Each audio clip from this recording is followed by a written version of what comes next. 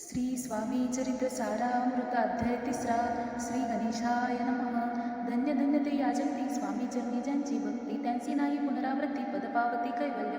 निर्विकार स्वामी मूर्ती लोकां चमत्कार दाविती, काही वर्ष करुणी वस्ती मंगळ वेडे सोडिले। मोहळा माझी वास्तव्य करिता अप्पा टोळ झाले भक्त, तेथीचे साकल्य व्रत अल्पमती केवी वर्णू। सवे घेऊनी स्वामींसी टोळ जाते अक्कलकोटासी, अर्धमार्गावरून टोळांसी मागे परतणे भाग पडे। टोळ गेली परतुनी स्वामी चालले उठोनी, बहुत वचले सेवेकरांनी पण परी नच मानिले त्या। तेथून निघाले अक्कलकोटाप्रती आले, ग्रामाद्वारी बसले यतिराज स्वेच्छेने। तेथे एक अमित होता तो करी तयांची थट्टा, परी काही चमत्कार पाहता महासिद्ध समजला। पूर्व पुण्यास्तव निश्चिती आले चोळपाच्या गृहाप्रती, स्वामींसी जाणून ईश्वरमूर्ती चोळपा करी आदर। योगायोगाधिक काही चोळपाने केले नाही, परी भक्तिस्तव पाही स्वामी आले सदनाते। तयाचे देखून या भक्ती स्वामी तेथे भोजन करती, तेव्हा चोळपाच्या चित्ती आनंद झाला भोसाळ।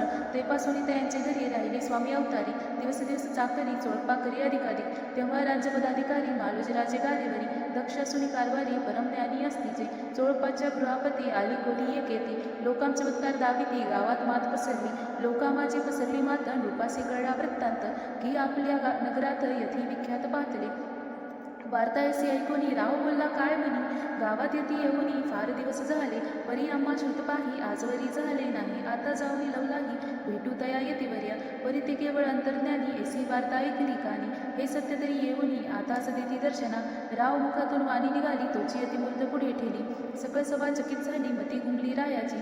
पूर्ण पटली अंतरी स्वामी केवळ अवतारी, अभक्ती पळवून गेली दुरी चरणी भक्ती जडली पे। सकळ सभा आनंदली समस्ते पावली वंदिली, षोडोपचारे पूजिली स्वामी मूर्ती रूपराई। इति श्री स्वामी चरित्र सारामृत नाना प्राकृत कथा संमत प्रेमळ भक्त परिसोत तृतीय अध्याय घोडः।